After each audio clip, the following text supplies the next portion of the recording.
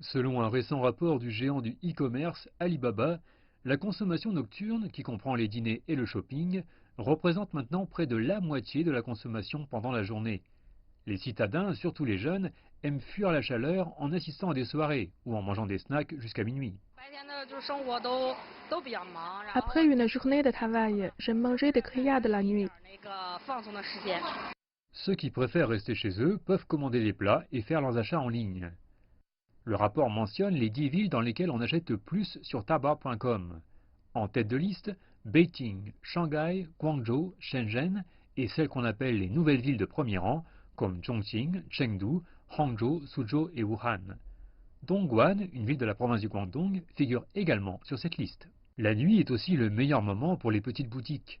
Selon le rapport, les petits commerces de Xi'an, Beijing et Chengdu connaissent un grand boom, et ce jusqu'à 22 ou 23 heures. Les villes de second rang enregistrent la plus forte croissance des livraisons de plats à domicile après 21 heures. L'économie nocturne dépend essentiellement des villes de premier rang, mais les villes de deuxième et troisième rang ont le plus gros potentiel. Selon les experts, pour que l'économie nocturne rapporte davantage, elle doit être étendue à d'autres catégories.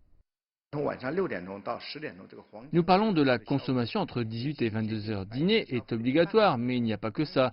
Nous avons aussi envie de regarder des films et d'écouter des sketchs.